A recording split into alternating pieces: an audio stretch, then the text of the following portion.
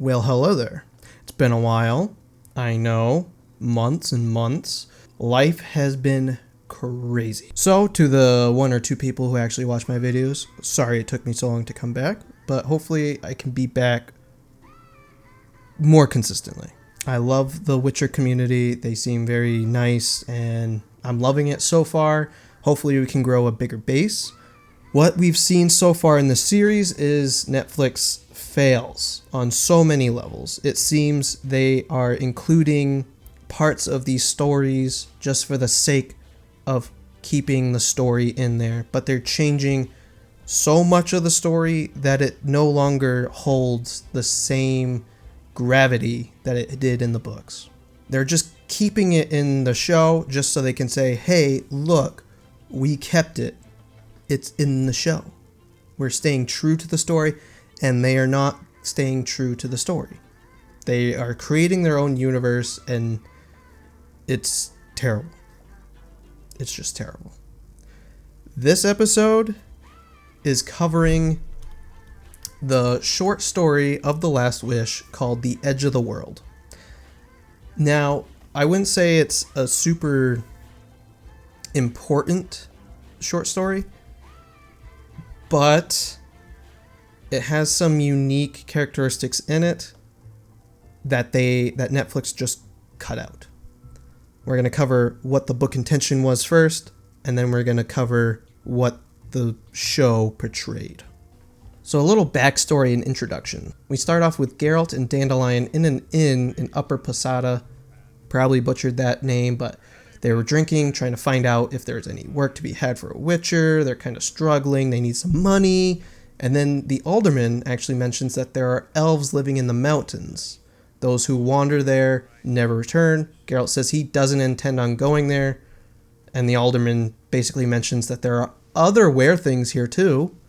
Then the whole crowd in the inn joins in on the conversation, sharing these strange creatures that they've seen, or these strange creatures that they heard of. So they end up just walking away. They excuse themselves and just ride away. Dandelion is questioning Geralt why they are riding away when there's so much work to be had, allegedly. Especially since Geralt has been complaining about how hard it has been to find work. It's not that they were lying, because they believed the stories that they were telling, but it's just those creatures don't exist. Except, of course, for the bat. That is a legit creature. And here's like a line that I really liked. Dandelion basically questions why would people fabricate such creatures, such monsters. And Geralt responds with, people create monsters to make the monsters in themselves seem and feel lesser. 1 second.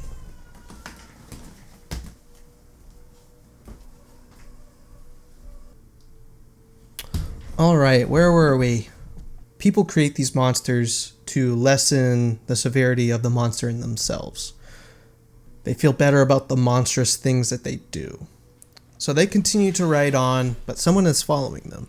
This man is Netley, and he needs a witcher. So they ride to Lower Posada, listening to Netley's story, a little history of the land as well, which is nice and important for the story. This land is referred to as the Valley of Flowers, Dol Blathana. They include this in the show. Just the sentence. The land itself is beautiful and just full of life. It's basically why the humans drove out the elves that had lived here prior to them and planted their roots here.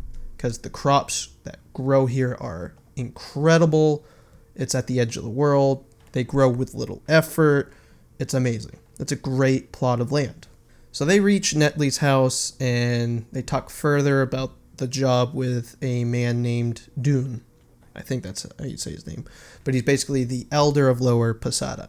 They speak of a field where a devil, don't really know how they pronounce it. I'm just going to say devil. This devil prowls that plot of land. So it's kind of funny where we get the beginning of the story. Dandelion is really intrigued with these monstrous stories. Geralt kind of, I don't believe him. There's no truth. And then we get this story and about a devil. Dandelion's like, there's no such thing as a devil.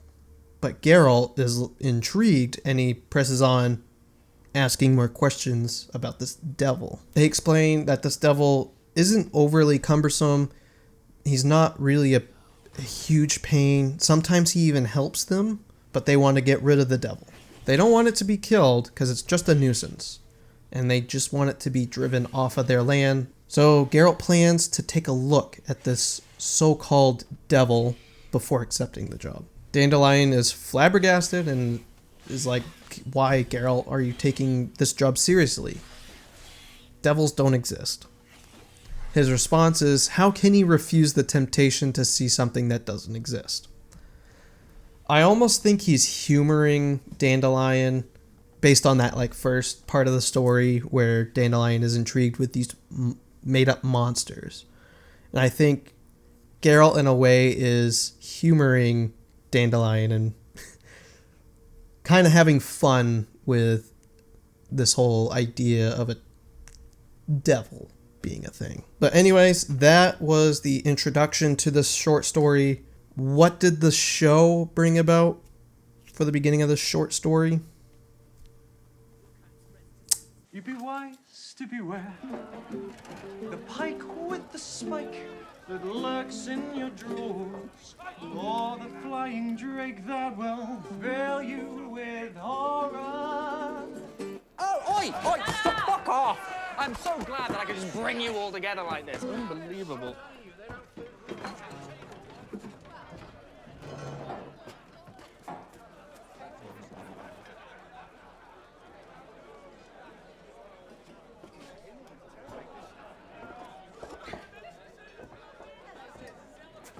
So what we can see is Dandelion is doing his thing, being a bard, singing to a crowd of people. We see Geralt in the audience, sitting alone, and it's clear they don't know each other. So this is the first time they are meeting each other. Ever. So it's clear we're not going to get the unique back and forth, they know each other kind of thing. They're giving each other shit. We're not going to get that. It's going to be they're brand new to each other. Dandelion's annoying to Geralt. That sort of thing. They didn't really have to make that change. We've seen plenty of shows have an established relationship be present and not needing to be developed from square one. So I don't know why they changed it. They didn't have to. And what a weird way to introduce them to each other. Why would this ever happen? Like, it's not clear to Dandelion that this is a Witcher. So if he knew he was a Witcher, maybe he goes up to him and be like, I need some interesting songs to write about. Let me follow you, kind of thing. But he just sees this man sitting alone, and he just wants to go up to him. It would have been just so easy to just have them already have met, established a relationship, and build off of that. I don't know why they had to start from square one. I will say their interaction with each other works. Who they chose for Dandelion, I like it. I love the way you just sit in the corner and brood. I'm here to drink alone. Good, yeah, good. No one else hesitated to comment on the quality of my performance, except for you. Come on, you don't want to keep a man with bread in his pants waiting. You must have some review for me, 3 words or less. Okay, so he just goes up to Geralt just to hear his opinion on his song. Weak intro. I don't like it. They kept the point that, Dandelion is struggling. Maybe Geralt is too. We don't really get that sense from Geralt. But we get that from Dandelion. He's picking up bread that the guests throw at him because they think he did bad. But I don't know, just weak. Weak writing. They don't exist. What don't exist? The creatures in your song. And how would you know? Oh, fun. White hair, big ol' loner, two very, very scary looking swords. I know who you are. Okay, I take it back. He had 1 coin in his little sack of bag. Coin bag. Yes. Is subtle, but clear. Geralt is struggling for money too. I don't know, they could have played on that a little bit more. You're the Witcher, Geralt of Rivia. Called it! A job I've got for you. I beg you, a devil. He's been stealing all our grain. In advance, I'd pay you 100 ducats.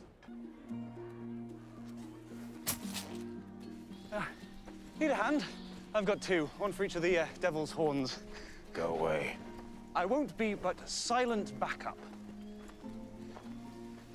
Oh, payment in advance. Oh my god. Do they not do any research at all? I had this gripe, I think in our first episode of comparing the book to the show. No payment in advance. Geralt is very adamant about that. You literally just had to read the first story. I think it's the first story of The Last Wish in the book. And it was really clear. No payment up front. And for the introduction to the story, there's a devil. We need a Witcher to help. I don't know.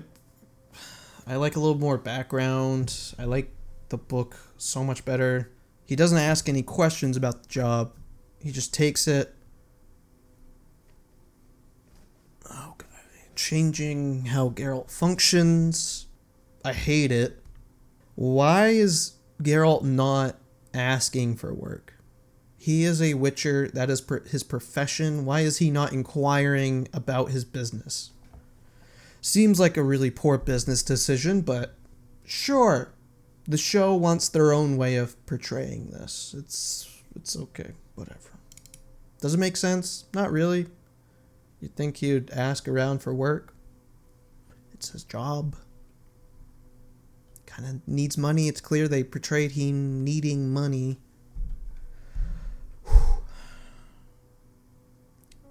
2, 3, 4, 5, 6, 7, 8, 9, 10. Okay, I'm calm. Look, I heard your note, and yes, you're right. Maybe real adventures would make better stories. And you, sir, smell chock full of them. You smell of death and destiny, heroics and heartbreak. It's onion. Right, yeah. Oh, I could be your barker, spreading the tales of Geralt of Rivia, the butcher of BLAAACK. And so we find out, yes, Dandelion is only coming along with Geralt to supply himself with rich stories for his songs. Basically, singing songs to change the perspective of the public of Geralt. Let me think about this. He's a renowned bard. He doesn't necessarily need the stories of Geralt, but they're very popular. But even without them, he's very successful as a bard. And in fact, his goal isn't even to change the perspective of Witchers or the perspective of the public about Witchers. It's just to create fun songs and successful songs, which he does. And he even twists every story that involves Geralt around and kind of makes him more intriguing, or makes Dandelion more intriguing and more involved in the story than he actually is. So they changed that completely. Did they have to? No. Did they know better? Probably not. Because I don't think they know the purpose of any of these characters. Come here. Yeah. Alright, so back to the book intentions. So this is the part in the book where we meet the devil itself. So as always, Geralt and Dandelion are having a back and forth, humorous interaction with each other. It's witty, humorous, sarcastic conversations when suddenly a creature emerges from the thicket and it's the devil himself. It was one of the most strangest looking creatures that Geralt has ever seen. Bulging eyes, goat's horns, a beard, cleft hooves, and a long tail. Dandelion proceeded to make a lot of jokes about this devil because of how strangely it looked. And Geralt had to quiet Dandelion down just a little bit. And the devil did not appreciate these jokers showing up. So he started slinging iron balls at them. Dandelion got certainly the worst of this encounter from the iron balls, and they were forced to retreat and go back to the village. So we're just going to cover one of the major parts in the story, meeting the Wise One. This was not covered in the show. I think it was a mistake. I think for the episode, they tried to include too many different avenues where they cut out too much of the short story to the point where it was no longer the same story. It no longer served the same purpose. We meet back up with Dune and Netley, but this time there's an old woman and a painfully thin teenager along with them. The teenager was named Lil. So Geralt discusses the lies that they talked about the day before, about how they said they haven't tried to deal with this devil, but Geralt found evidence in the fields that says otherwise. They confessed that they tried to deal with the devil themselves, even though they said they didn't, and that there was also a book that they kind of referred to. They used this book to deal with a great number of monsters, spells, wonders, but it had failed for this devil. This book was certainly a surprise to see in a village at the end of the world, edge of the world, I should say. It was written before the modern alphabet, so it's very old. It was based on elfin runes and dwarven ideograms. Turns out no one can read these runes, but instead they rely heavily on the old woman to disclose all the information in the book based on the pictures. She can't read the runes, but has the information of the entire book memorized. Geralt tests her knowledge of the book, and she succeeds. There was even a pretty funny moment where he skips to the part of the book that describes a witcher. It was a very funny encounter, and that's when Geralt kind of takes notice of the young girl, Lil, and asks her questions. Something's off about this teenager. And so Geralt maintained eye contact with Lil and felt shivers, physical shivers in his body. Bizarre. Geralt states that they could easily kill this devil, accuses Lil of pleading for it not to be killed. It seems that the village is taking orders or is respecting the will of Lil, this teenager, and Geralt notices this. So finally the truth comes out on how they tried to deal with the devil before. Lil influences this old woman on what exactly to say.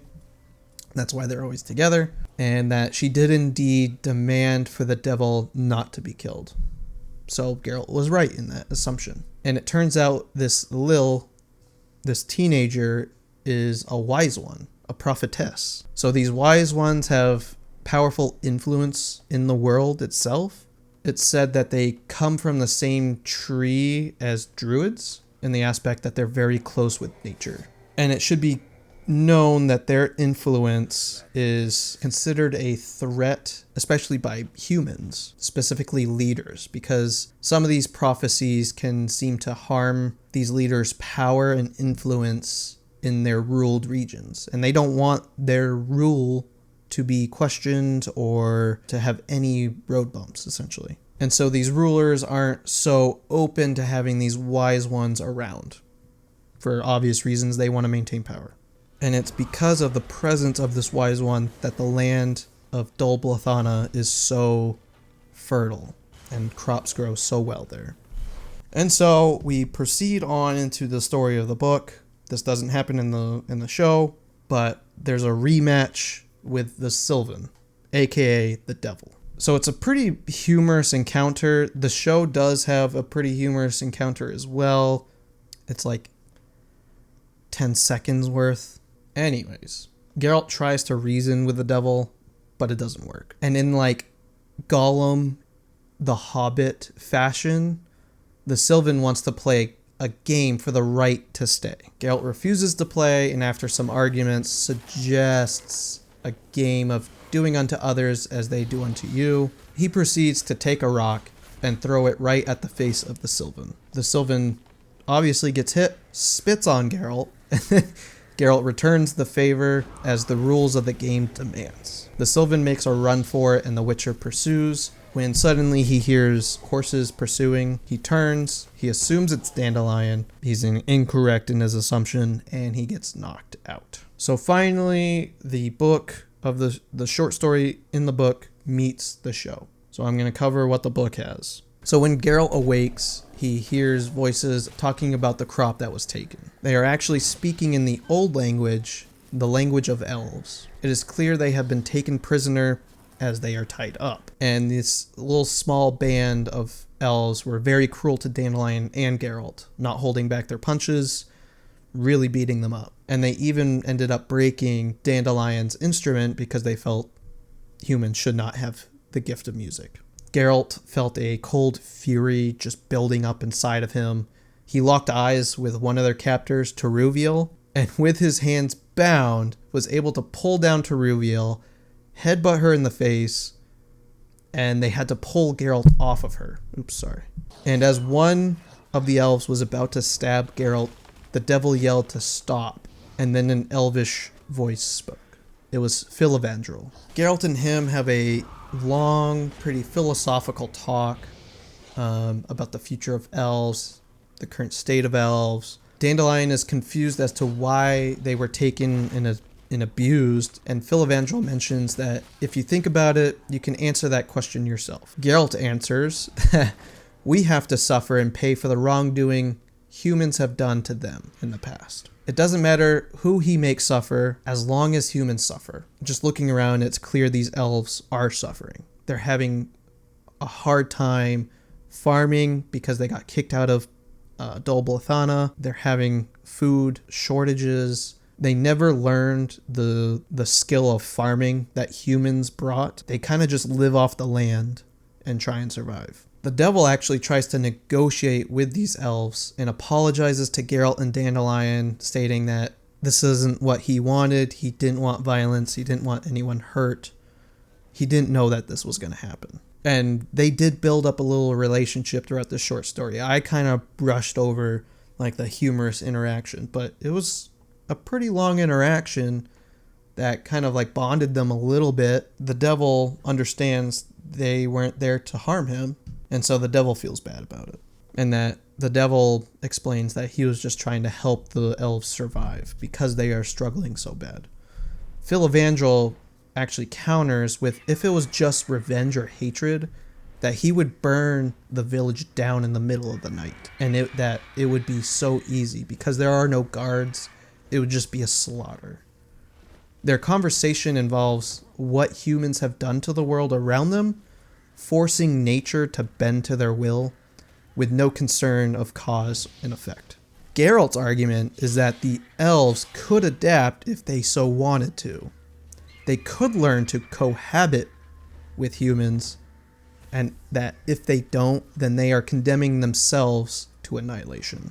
They have valuables that could be traded for as much grain as they want with the humans, but Filavandrel refuses to ever trade or be civil with humans, and Geralt presents himself as a prime example of being different and being able to cohabit with humans.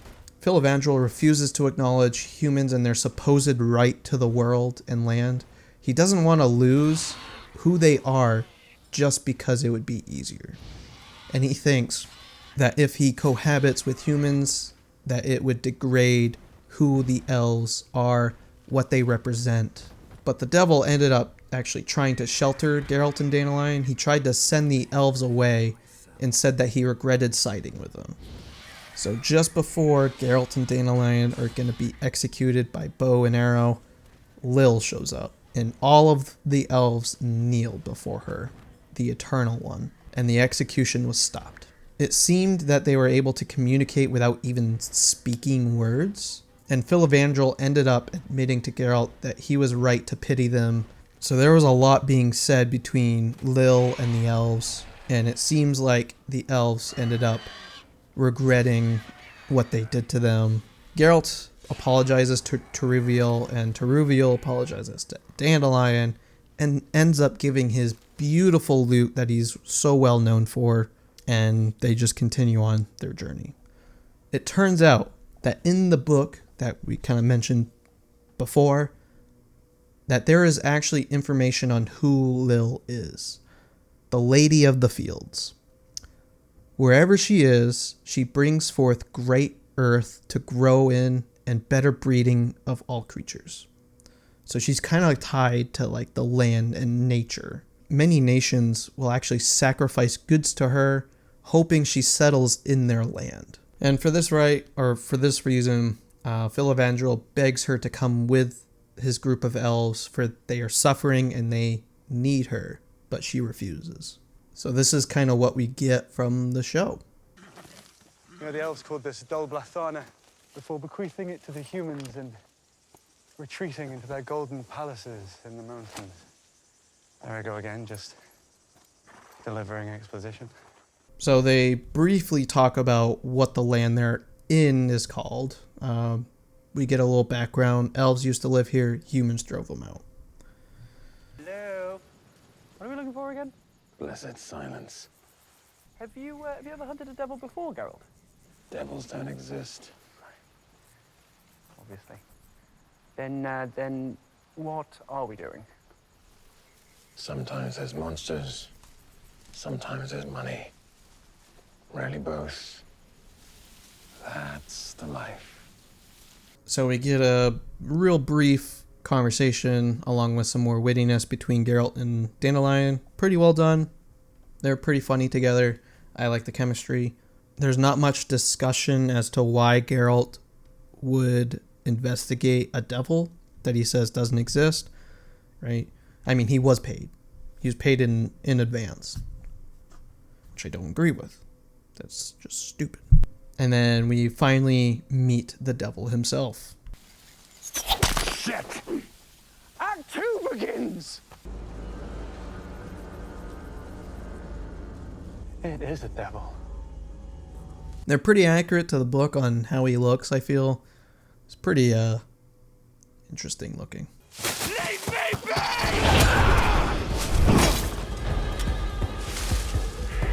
be! You talk. You are intelligent.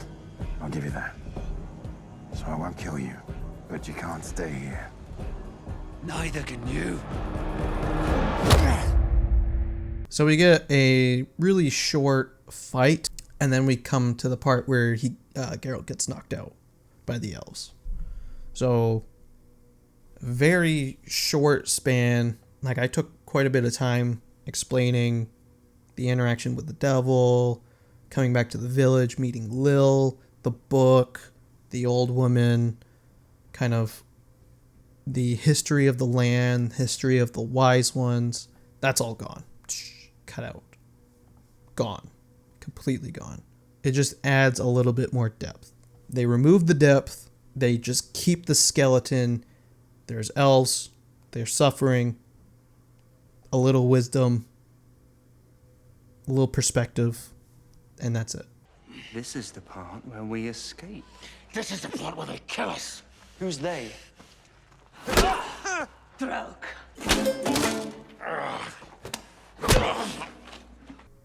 So we do get Teruviel beating them up pretty badly. They're tied up. We're in the mountains, and there's elves, as well as the devil, as well as end up keeping the part where they break his lute. We'll talk about that later. You were stealing for them. I felt for them. They were forced out of Dol Blathanna. Forced out? No, they chose. Do you know anyone that would choose to leave their home? The humans will attack. Many will die. On both sides. The lesser evil. This is necessary. I understand.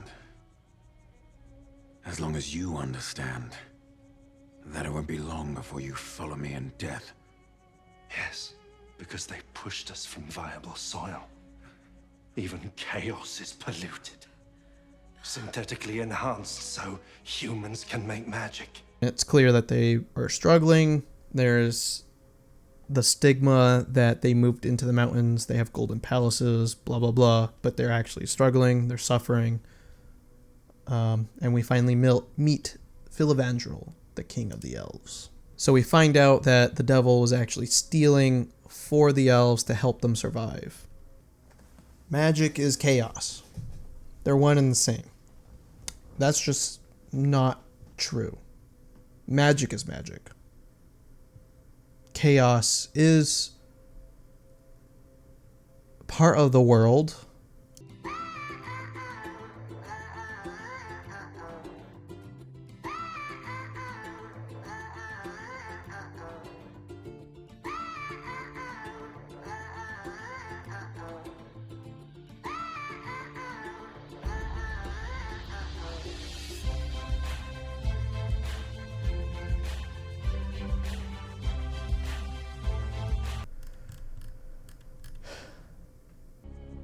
My elders worked with humans and got robbed of all they had. And when they fought back, they were slaughtered. The Great Cleansing, humans call it. Then go somewhere else. Rebuild. Get strong again. Show the humans that you are more than what they fear you to be. Like you, Witcher. So it's clear, because Geralt and Dandelion survive, that this short little conversation resolves everything for Filavandrel. He has years, decades of hate for humans, of what they did to the land and their people, mass graves, the cleansing. And this short conversation, he forgives Geralt and Dandelion and moves on, lets them live. Even though he already said if they let them go, it'll bring death upon their people because humans will come. He fears Geralt and Dandelion will tell there's elves, let's go kill them, kind of thing. So why would he let them go? Because Geralt says you're choosing to basically starve and suffer yourself? That's not the point. I don't know, these writers just miss the point on everything. I don't know if they got a single piece of lore right. Good at character and actor selection. They're pretty good at that. Even if you didn't read the book, this scene does not make sense. There is so much hate and thirst for revenge that how does that make sense? Geralt says one thing, you're choosing to do this, you need to learn to live among them. And he says, if I learn to live among them, it's basically a disgrace for our people. And basically them bending their knee to the will of humans and their right to the land. So he goes from that to, maybe you're right. I'll let you go. I'll move on. Like, the book makes so much more sense. A higher being, Lil, the knowing one, a wise one, comes in, is very respected because she is part of the land. And the elves respect the land above, like, all. That's why they didn't learn farming. They didn't want to rip up the soil, rip up the land, the nature. They live off of it, but they cohabit with nature. And they respect Lil because she is that. She's like the embodiment of nature. Like, that makes sense that she's able to convince them to move on and let these to live. It doesn't make sense that a human would be able to convince elves that they're doing wrong. I don't know. That's just my opinion. I think they fucked up. I think they suck at writing. Like, it just doesn't make sense. Like, even if you didn't read the books. Even if you didn't read the books. This sucks. It's terrible. So, this is the last scene that we get of this short story.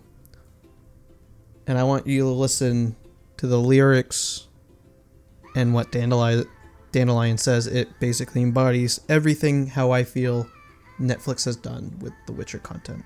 And the Witcher universe, the lore, everything I love. This is it. This is how I feel. I'm sorry. Broke down my lute and they kicked in my teeth, while the devil's horns minced our tender meat, and so cried the Witcher, he can't be bleed. That's not how it happened. Where's your newfound respect? Respect doesn't make history. Toss a coin to your Witcher, oh valley of plenty, oh valley of plenty, oh. Let me know what you think down below. Did they do this short story justice? Are they doing the lore justice? Are they respecting our love of this universe? I think not. Coincidence? I think not!